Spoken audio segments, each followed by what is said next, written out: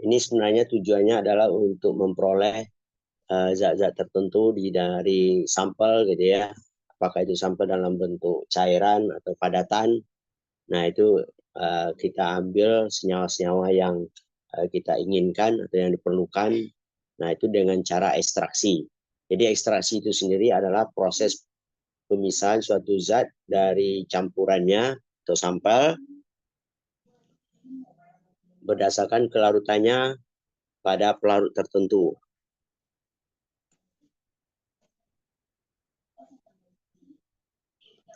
Pelarut yang digunakan harus dapat mengekstraksi substansi atau zat yang diinginkan tanpa melarutkan material lainnya.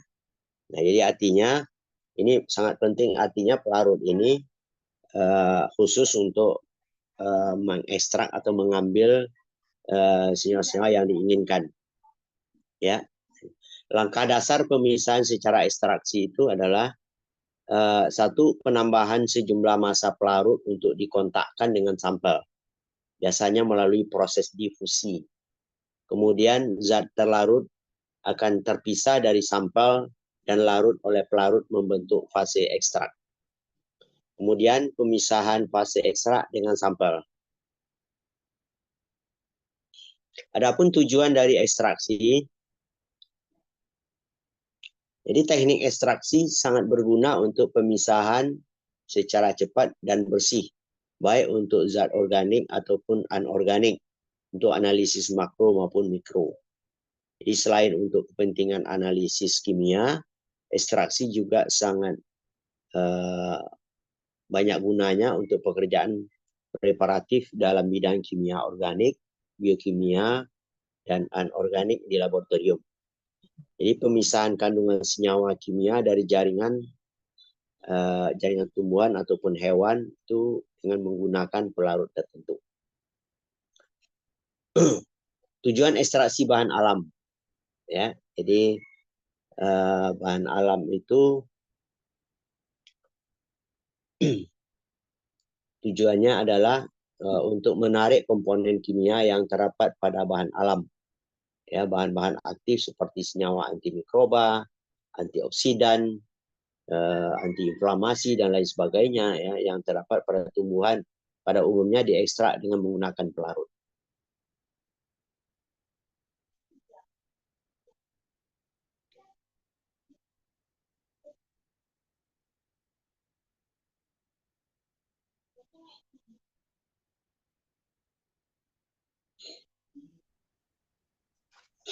Berdasarkan jenis sampel yang akan diekstrak, itu ekstraksi ada dua. Yang pertama ada ekstraksi cair-cair, kedua ada ekstraksi padat cair. Ya, artinya kalau ekstraksi cair-cair itu adalah sampelnya berupa cairan, nah tentu juga pelarut akan cair berupa cairan. Sedangkan ekstraksi padat cair adalah sampelnya dalam bentuk padatan, pengekstraknya atau pelarutnya adalah cair, ya.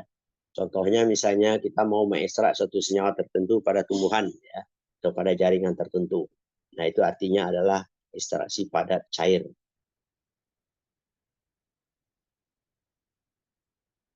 Ekstraksi cair-cair, ya, kita awali dulu dengan ekstraksi cair-cair. Itu ekstraksi cair-cair merupakan pemisahan suatu senyawa dalam dua macam pelarut organik dan diusahakan agar kedua jenis pelarut, dalam hal ini pelarut organik dan air, itu tidak saling tercampur satu sama lain. Nah, ini prinsip utama, ya. Jadi prinsip utamanya adalah antara zat yang akan dipisahkan dalam satu cairan atau larutan. Nah, itu sifatnya larutan itu tidak bercampur atau tidak saling bercampur dengan pengekstraknya. Nah, itu harusnya perlu diperhatikan. Jadi mungkin seperti yang kita lihat pada gambar tersebut, itu ada dua lapisan, itu artinya lapisan atas dan lapisan bawah. Ya, lapisan atas mungkin saja itu adalah sebagai pelarut, ya, dan lapisan keduanya adalah senyawa yang akan atau larutan yang akan kita ekstrak atau pelarut pada yang pertama, gitu ya, zat zat-zat yang terlarut pada larutan pertama. Selanjutnya proses pemisahan dilakukan dalam corong pemisah. Yang seperti yang gambar itu disebut dengan corong pemisah. Dengan jalan mengocok beberapa kali partisi zat-zat terlarut antara dua cairan yang tidak dapat bercampur. Nah, ini yang kita sebut tadi, antara kedua larutan ini saling tidak bercampur. Tapi yang pasti bahwa zat pelarut itu akan menarik komponen-komponen atau zat-zat yang terlarut atau larut di dalam pelarut tersebut. Prinsipnya tentu seperti itu, ya. Jadi kalau ditanya orang misalnya, kenapa pelarutnya menggunakan etanol misalnya? Kenapa menggunakan misalnya pelarutnya benzen misalnya? Nah, itu sifatnya adalah bahwa zat-zat yang akan ditariknya itu adalah zat-zat yang larut dalam pelarut tersebut. Di mana zat tersebut atau pelarut itu tidak saling bercampur dengan larutan awal atau larutan yang kita ekstraksi. Itu prinsipnya. Ekstraksi cair-cair umumnya digunakan untuk memisahkan sejumlah gugus yang tidak diinginkan dari campuran, sehingga diperoleh senyawa murni yang diinginkan. Nah, ini. Jadi, ekstraksi cair-cair umumnya itu digunakan untuk memisahkan sejumlah gugus yang tidak diinginkan atau senyawa atau campuran yang tidak diinginkan, supaya senyawa yang kita butuhkan itu benar-benar murni dari zat-zat yang pengganggu. Kemudian mengekstraksi gugus atau senyawa pengganggu dalam campuran sehingga diperoleh sampel yang siap dianalisis secara keseluruhan.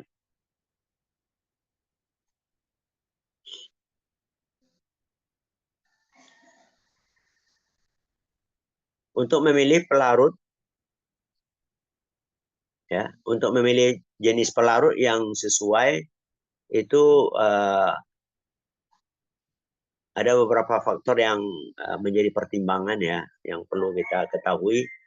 Yang pertama adalah pembanding distribusi tinggi ya. Jadi pembanding distribusi tinggi untuk gugus yang bersangkutan dan pembanding distribusi rendah untuk gugus atau zat pengotor lainnya. Kemudian kelarutannya rendah di dalam air. Ya, jadi artinya memang dia tidak larut dalam air. Pelarut yang kita gunakan itu. Kemudian kekentalan rendah dan tidak membentuk emulsi dengan air. Tidak mudah terbakar dan tidak bersifat racun. Mudah melepas kembali ya, mudah melepaskan kembali gugus atau zat yang terlarut di dalamnya untuk keperluan analisis lebih lanjut.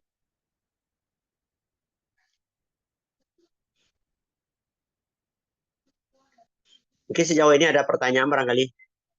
Ya, karena kita kalau melalui Zoom ini sebenarnya interaksi kita kurang bagus sebenarnya ya. Ditambah lagi sekarang audio yang saya punya ini juga tidak bagus ini.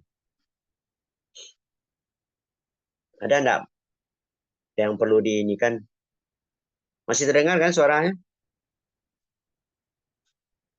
Halo? Masih ya? Kalau ada yang mau diinikan dulu ya sebelum dilanjut ya. Ekstraksi padat cair ya, ekstraksi padat cair itu ekstraksi ya tentu artinya adalah bahwa bahan yang akan kita ekstrak atau sampel yang kita gunakan adalah berupa padatan. Jadi ekstraksi padat cair atau leaching itu merupakan metode pemisahan satu atau beberapa komponen atau zat terlarut ya dari solut ya, beberapa komponen atau solut zat terlarut dari campurannya dalam padatan yang tidak dapat larut atau inert dengan menggunakan pelarut berupa cairan ya, menggunakan pelarut atau solvent berupa cairan.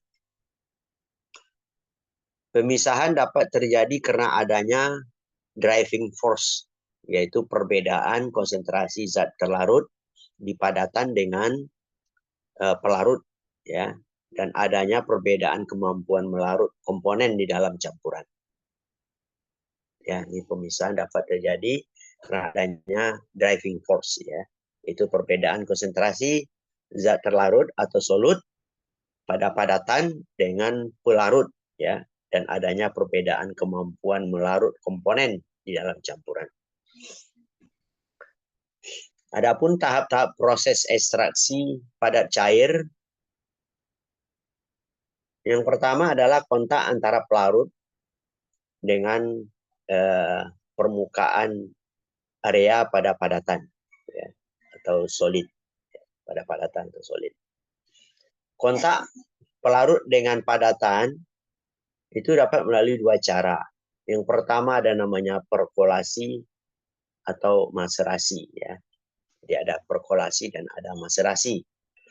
Yang kedua, pelarut berdifusi ke dalam padatan, artinya dia masuk ke dalam padatan, kemudian proses difusi pelarut ke dalam padatan dapat terjadi karena adanya perbedaan konsentrasi atau driving force antara zat terlarut atau solut pada pelarut dengan zat terlarut pada padatan. Ya, ada perbedaan konsentrasi. Jadi biasanya perbedaan konsentrasi itu kalau misalnya konsentrasinya pada pelarut lebih tinggi, akibatnya apa kira-kira? Bisa keluar enggak zat terlarut itu dari padatan?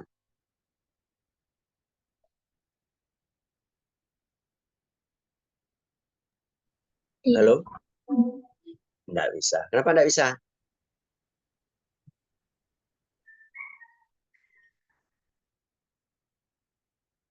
Ya, karena tidak terjadi keseimbangan, ya. Ya harusnya kan seimbang itu dari, ya kan? Baik, lanjut. Zat terlarut yang ada di dalam padatan larut ke dalam pelarut. Kemudian zat terlarut dapat larut dalam pelarut karena adanya gaya elektrostatik antar molekul. Ini sehingga senyawa yang bersifat polar ya, atau non-polar dapat saling berikatan. Jadi artinya begini. Jadi kalau misalnya zat yang kita ekstrak itu bersifat, zat yang kita ekstrak itu atau solut itu bersifat polar, tentu seharusnya pelarutnya juga polar, ya, baru dia bisa tertarik, ya, karena gaya elektrostatiknya itu. Kalau dia misalnya senyawa yang akan kita tarik itu adalah non-polar, seharusnya pelarutnya juga bersifat non-polar. Ya, selain itu juga terdapat gaya dipol-dipol antara dipol-dipol induksi, ya, atau gaya London yang menyebabkan senyawa polar dapat larut atau sedikit larut dengan senyawa non-polar. Ya, tapi itu tidak banyak, sedikit, ya. Misalnya dia mungkin larut di dalam air itu tidak banyak gitu, ya. Tetapi dia larut banyak nanti di dalam pelarut non-polar. Karena air itu bersifat polar. Ya, air bersifat polar. Ngerti kan apa yang maksud dengan polar? Apa itu senyawa polar, apa senyawa non-polar? Masih ingat enggak? Ada kuliah. Hah? Apa itu? Ya. Jadi senyawa-senyawa yang mengkutub, ada kutub negatif, ada kutub positifnya. Itu biasanya kalau air itu punya kutub positif dan kutub negatif, itu bersifat polar. Ya. Nah, jadi air atau mungkin alkohol itu juga masih bersifat polar. Jadi senyawa-senyawa yang biasanya larut dalam air itu bisa diambil atau bisa diekstrak dengan menggunakan alkohol atau etanol misalnya. Ya, umumnya pelarut yang kita gunakan itu adalah etanol. Ya. Kemudian kita lanjutkan, zat terlarut berdifusi dari padatan menuju permukaan padatan. Nah, jadi artinya zat terlarut yang ada di dalam di dalam padatan itu dia keluar kemudian menuju ke permukaan padatan. Ya, ini karena konsentrasi zat terlarut di dalam pelarut yang berada di dalam pori-pori padatan lebih besar daripada permukaan padatan. Makanya dia bisa keluar. Ya, jadi syaratnya tadi adalah bahwa zat terlarut itu konsentrasinya tentu lebih besar di dalam dibandingkan dari di permukaannya. Makanya dia bisa keluar ke permukaan. Ya kan? Nah, kemudian zat terlarut berpindah dari permukaan padatan menuju larutan curah atau bulk solution. Ya, jadi proses ekstrak berlangsung hingga kesetimbangan tercapai yang ditunjukkan oleh konsentrasi zat terlarut atau solut di dalam bulk solution menjadi konstan. Artinya konsentrasi zat terlarut di dalam bulk solution sama dengan padatan. Hati-hati terjadi keseimbangan, driving force, ya, sama konsentrasi yang ada di dalam padatan dan di dalam larutan atau bulk solution, ya. Jadi sehingga kalau di driving force-nya itu sama dengan 0 atau mendekati 0. Ya begitu seterusnya. Jadi seharusnya kalau kita mengekstrak itu diekstrak, kemudian kalau sudah tercapai keseimbangan, maka kita ambil lagi pelarut itu, kita gunakan pelarut yang baru. Nah, nanti kita kumpulkan. Itu lebih bagus sebenarnya. Daripada kita hanya menggunakan satu kali pelarut saja. Ya.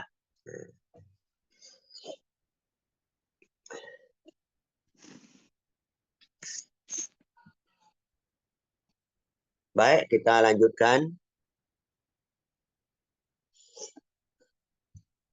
Kita lanjutkan dengan ya, pada proses ekstraksi padat cair itu menggunakan cara, ada dua cara. Ada cara dingin, ada cara panas. Jadi tentu ini ada alasannya kenapa harus gunakan ekstrak ini dengan cara dingin. Ya, kita lihat bahwa pada metode ini tidak dilakukan pemanasan selama proses ekstraksi berlangsung. Ini tujuannya adalah agar senyawa yang diinginkan itu tidak menjadi rusak.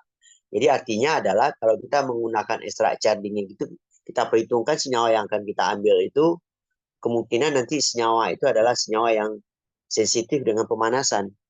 Nah, oleh sebab itu kita gunakan ekstraksinya dengan cara dingin. Kemudian ekstraksi cara panas, pada metode ini melibatkan pemanasan selama proses ekstraksi berlangsung. Cara panas akan mempercepat proses ekstraksi dibandingkan dengan cara dingin. Nah, artinya memang ini biasanya berpengaruh, tapi dengan catatan tadi bahwa zat yang akan kita ambil, yang akan kita ekstrak itu adalah termasuk senyawa-senyawa yang agak tahan terhadap panas, ya. Biasanya pemanasannya juga tidak terlalu panas, ya. Sesuai aja panasnya itu dengan suhu biasanya titik didih dari pelarut, ya. Tidak juga sampai, makanya orang jarang menggunakan pelarut atau air. Karena pelarut itu titik didihnya 100, kalau air itu titik didihnya 100. Jadi kemungkinan nanti zat-zat tertentu itu pada suhu 100 sudah ada rusak. Makanya digunakan pelarut-pelarut yang mudah menguap. Artinya pelarut-pelarut yang mudah menguap itu adalah titik didihnya lebih rendah. Ya, contoh alkohol. Alkohol itu dia akan menguap pada suhu 60 atau 40. Nah, ya, 60 lah paling-paling ini, ya. Seperti etanol itu biasanya 60 suhunya. Jadi artinya kita melakukan ekstraksi secara panas menggunakan pengekstraknya alkohol, itu biasanya suhunya bisa digunakan suhu di bawah 60 derajat Celcius.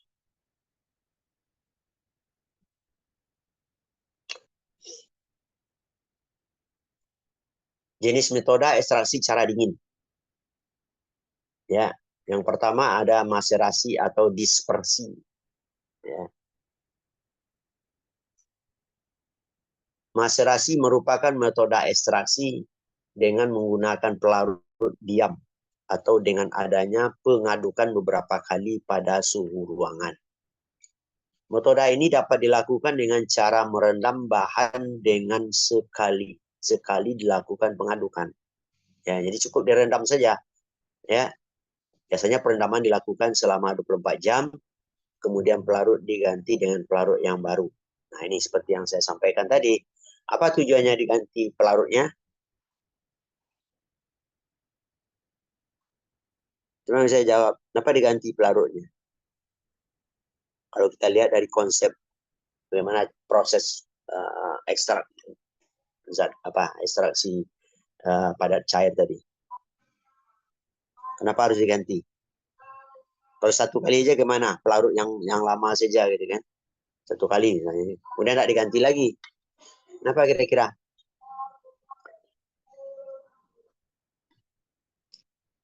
Sempurna enggak ekstrak kita?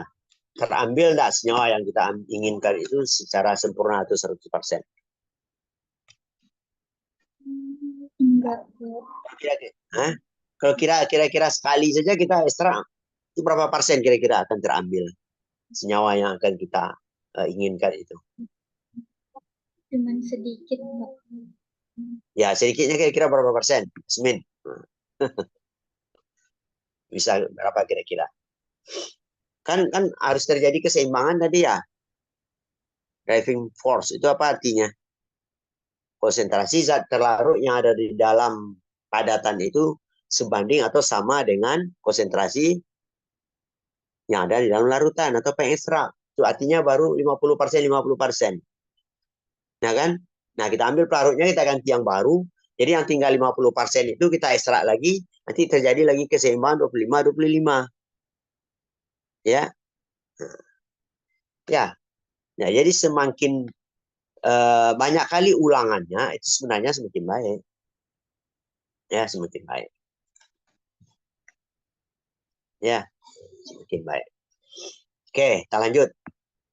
Jadi kelebihan dari metoda ini efektif untuk senyawa yang tidak tahan panas. Jadi peralatan yang digunakan relatif sederhana, murah, dan mudah didapat. Ya biasanya nih seperti alat-alat yang ada pada gambar ini saja, ya, pada alat-alat yang seperti pada gambar ini.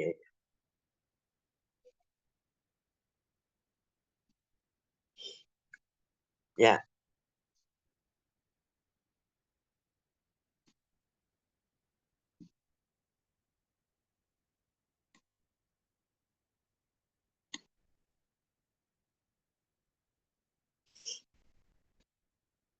jadi diambil aja botol ini kan kayaknya botol apa nih?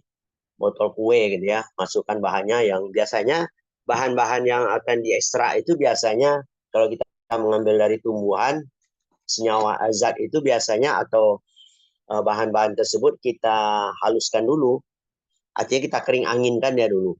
Nah, artinya kering angin itu adalah dia dikeringkan di dalam suhu kamar ya sampai kering. Kemudian baru digiling halus ya, di blender atau pakai apa. Kemudian baru kita lakukan maserasi, direndam dengan pelarut tadi. Jadi artinya bukan kita ambil kayu atau daun kayu kita langsung rendam, enggak seperti itu. Jadi lebih baik dihaluskan itu lebih bagus ya.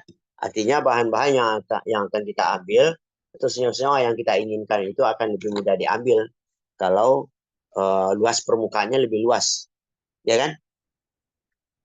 Coba bayangkan kalau seandainya kita memotong kayu dengan berat 1 kilogram, ya, kemudian 1 kilogram lagi kita ambil, kemudian kita haluskan. Mana yang luas permukaannya? Mana yang luas permukaannya? Yang halus apa yang bongkahan besar itu? Luas permukaannya ini. Yang yang halus, Pak. Nah, yang halus. Jadi artinya kontak dia dengan pelarut itu akan lebih cepat. Ya kan? Akan lebih cepat ya. Ya. Kelemahan metode ini adalah waktu ekstraksi yang lama. Nah, biasanya lama kan merendamnya 24 jam, nanti diganti lagi misalnya. Ya, membutuhkan pelarut dalam jumlah yang banyak karena diganti-ganti terus. Dan adanya kemungkinan bahwa senyawa tertentu tidak dapat diekstrak karena kelarutannya yang rendah pada suhu ruang. Nah ini juga kelemahannya. Jadi memang betul-betul kita perhitungkan betul apa senyawanya gitu ya. Biasanya beberapa senyawa yang sudah lazim itu orang sudah tahu metodenya, biasanya sudah dilakukan beberapa kali eh, apa eh, melakukan metode yang sesuai gitu ya dengan melakukan treatment uji-uji ekstraksi pelarut ini. Misalnya zat-zat tertentu, misalnya alkaloid misalnya itu pengekstraknya apa itu misalnya. Ya. Jadi kita juga bisa mengekstrak sebenarnya adalah senyawa yang tidak kita inginkan tadi, ya kan? Ini kan misalnya dalam tumbuhan itu kan tetap ada yang namanya lemak. Nah, lemak ini sering mengganggu. Nah, itu bisa juga diekstrak lemaknya dulu, ya. Jadi ada beberapa kali metode ekstrak. Biasanya dilakukan ekstrak pertama dulu. Jadi ekstrak yang pertama kita ambil semua, zat-zat yang larut pada pelarut pertama, ya, yang kita inginkan itu biasanya kadang-kadang pelarut organ yang senyawa organ apa senyawa lemaknya juga akan larut gitu. Nah itu nanti setelah itu baru lakukan ekstrak yang kedua kalinya untuk menghilangkan lemak-lemak pada zat tersebut.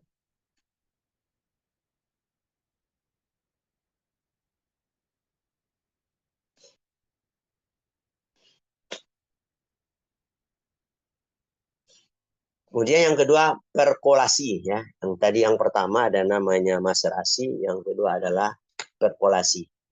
Jadi perkolasi itu adalah merupakan metode ekstraksi dengan bahan yang disusun secara unggul, itu menggunakan pelarut yang selalu baru sampai prosesnya sempurna dan umumnya dilakukan pada suhu ruangan.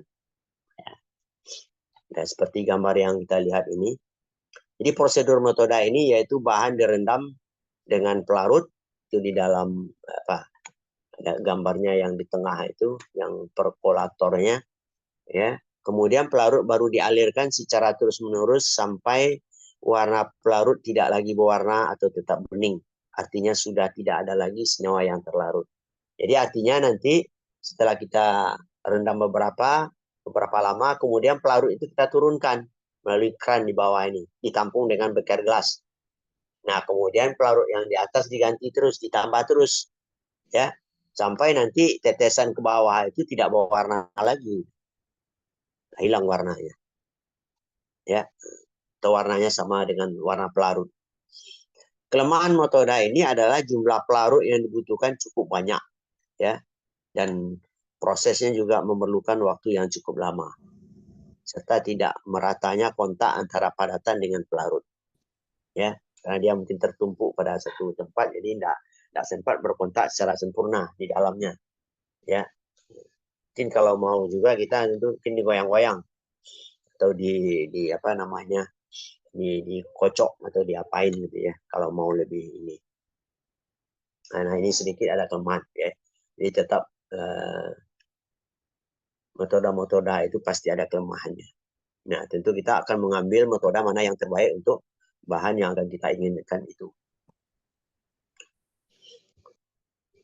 Kemudian kita lanjut dengan ekstrak cara panas. Yang tadi adalah cara dingin. Ekstrak secara panas yang namanya adalah ekstraksi reflux. Ya, jadi merupakan metode ekstraksi yang dilakukan pada titik didih pelarut ya. Jadi dilakukan pada titik didih pelarut. Di artinya memang kita menggunakan pelarut yang titik didihnya tidak terlalu tinggi. Jadi selama waktu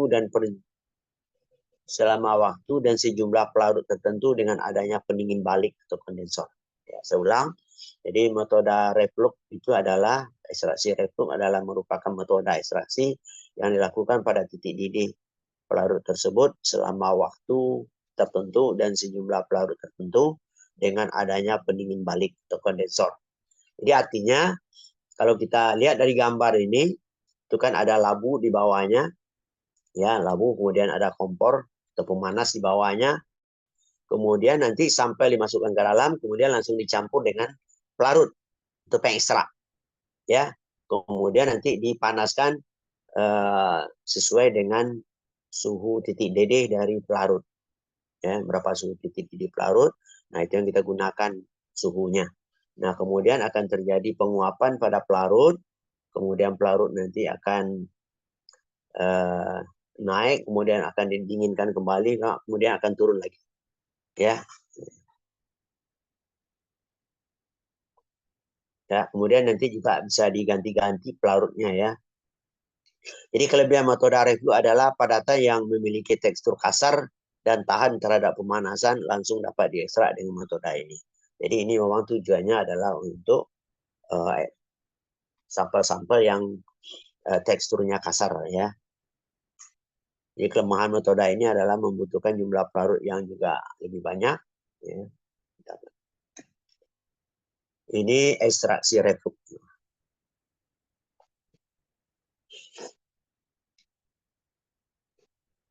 Kemudian ada ekstraksi soklet. Nah, ini seperti yang kita lihat gambar ini. Ini adalah perlengkapan satu set soklet, ya. Juga ada mantel pemanas di bawah. Nah, biasanya panasnya boleh agak lebih tinggi, ya.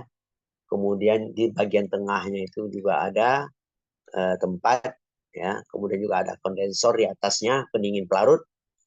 Nah, baik kita baca di sini, kita sampaikan bahwa ekstraksi alat soklet merupakan ekstraksi dengan pelarut yang selalu baru. Nah, yang selalu baru.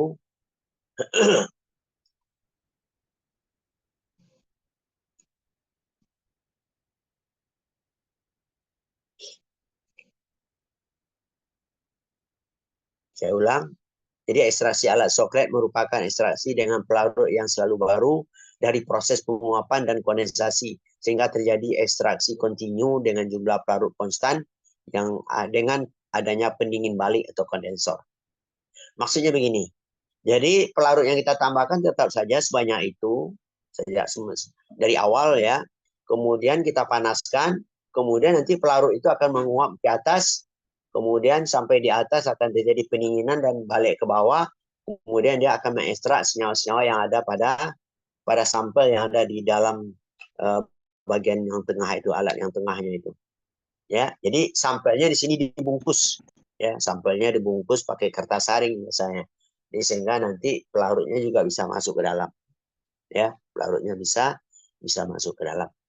Pada metode ini padatan disimpan dalam alat soklet dan dipanaskan, sedangkan yang dipanaskan hanyalah pelarutnya. Hanya pelarut saja, yang bawah itu saja. Jadi pelarut terdinginkan dalam kondensor, kemudian mengekstraksi padatan. Jadi artinya setelah dia dingin ke atas, dia turun ke bawah, mengekstrak pelarut.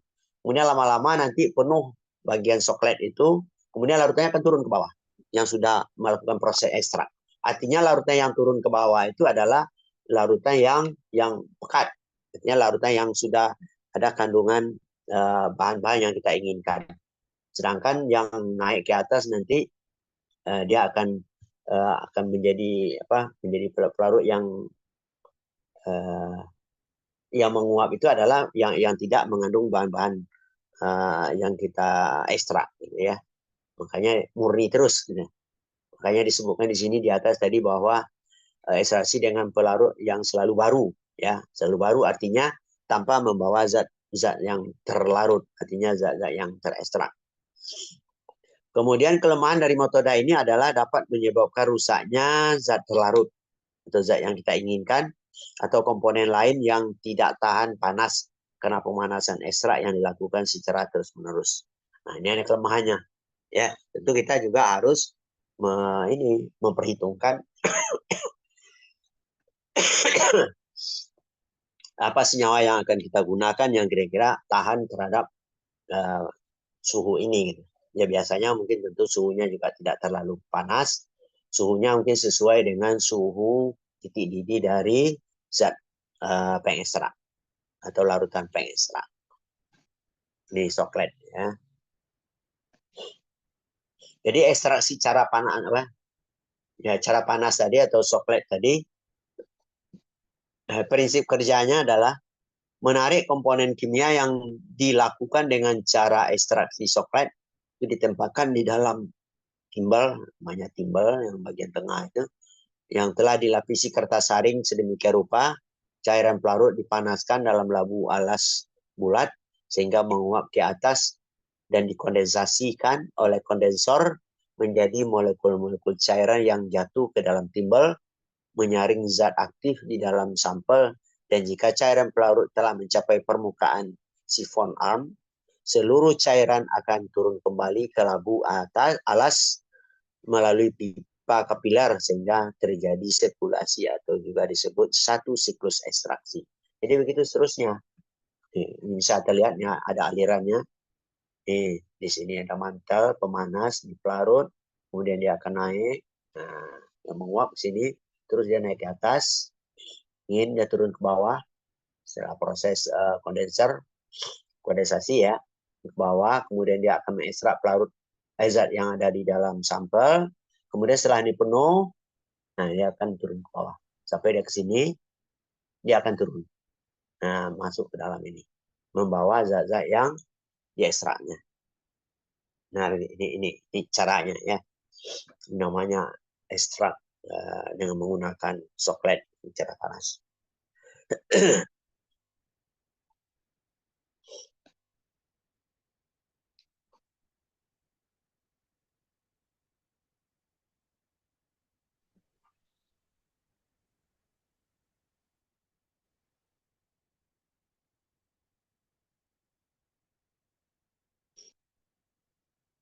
Faktor-faktor yang mempengaruhi ekstraksi.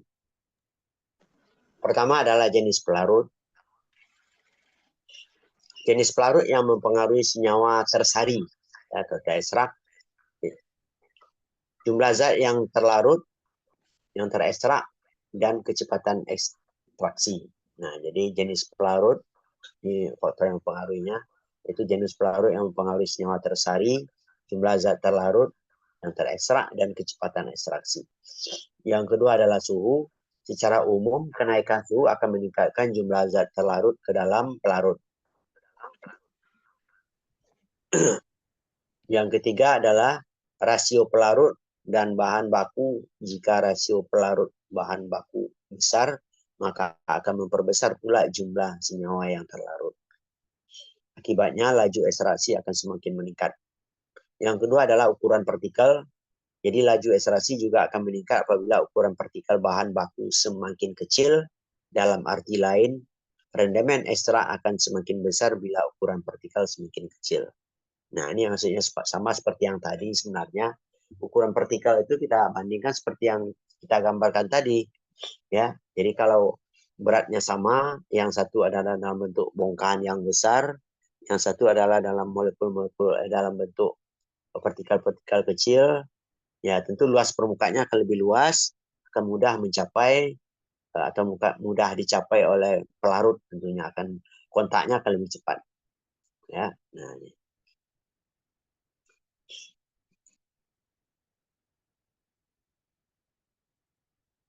Kemudian pengadukan. Fungsi pengadukan adalah untuk mempercepat terjadinya reaksi antara pelarut dengan zat terlarut. Ya, nah, makanya sekali-sekali perlu ada pengadukan kalau misalnya dia maserasi, misalnya itu perlu diaduk. Ya. Dua, lama waktu. Lamanya waktu ekstraksi akan menghasilkan ekstrak yang lebih banyak. Karena kontrak antara zat terlarut dengan pelarut itu lebih lama.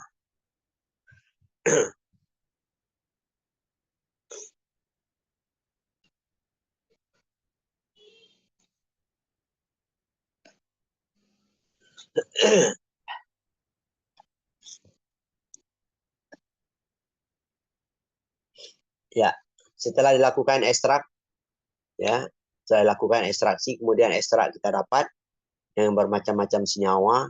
Nah, tentu nanti mungkin di dalam ekstrak kita tersebut mungkin ada kandungan lemaknya. Nah, bagaimana cara mengekstrak lemak? Itu biasa bisa digunakan pelarutnya adalah pelarut-pelarut yang bisa melarutkan lemak. Contohnya adalah petroleum ether atau ether misalnya. Nah, kemudian apa yang dilakukan setelah didapatkan ekstrak tersebut? Yang bisa dilakukan nanti KLT atau kromatik lapisan tipis atau HPLC dan lain sebagainya. Ya, udah pernah lihat menggunakan metode kromatografi yang sederhana? Mana prinsipnya kira-kira? Kita pernah dengar atau pernah belajar?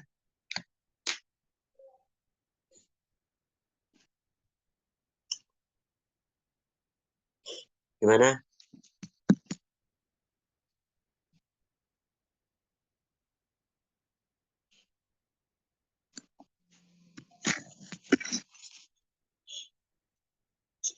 Ada yang pernah tahu?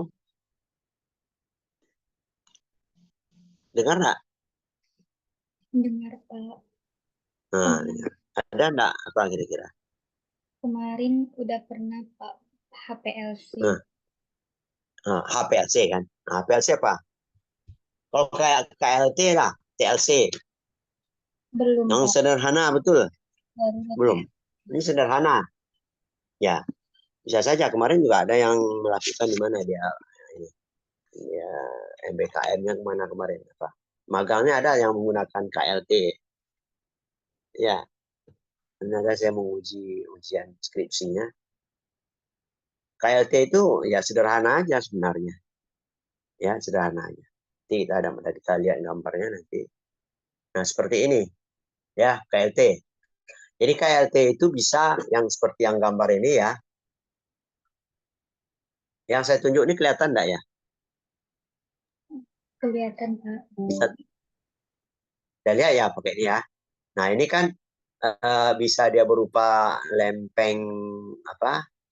Uh, yang dijual orang biasanya ini lempeng berupa seng yang dipotong seperti ini sudah ada ini. Bisa kita potong-potong kecil bisa malah bisa. Kemudian di atas ini sudah dikasih bahan untuk menaikkan komponennya ini, ya, itu berupa apa nih, medianya bisa berupa bentuk bubur gitu ya, tapi yang sudah kering di atasnya ya. Jadi ini seng, kemudian dikasih bubur di atasnya atau lapisan bubur yang sudah kering ya, seperti bisa dikasih di situ berupa karbohidrat, bisa berupa yang lain-lain gitu ya. Ya. Nah, kemudian nanti ini adalah batas, ini adalah totalan dari senyawa-senyawa yang sudah kita ekstrak. Jadi ekstrak itu kan biasanya kan setelah, ini saya lupa juga menyampaikan tadi sebelum ini ya, ekstrak itu tuh sudah kita ekstrak kan, intinya senyawa tersebut atau ekstrak tersebut kan masih dalam keadaan cair. Kemudian kita padatkan itu, ya, atau kita pekatkan. Kita pekatkan dengan menggunakan biasanya evaporator. Jadi dengan menguapkan pelarut-pelarut pengekstrak tadi, sehingga kita dapatkan nanti crude, ya, namanya crude. Crude itu adalah yang sudah pekat, biasanya warna pekat kecoklatan biasanya warnanya. Nah, kemudian bisa kita totol di sini. Ya, kita totol di KLT ini, kemudian kita masukkan ke dalam chamber. Ya, chamber. Ya. Kemudian chamber ini kita isi dengan pelarut yang warnanya warna biru ini. Ya.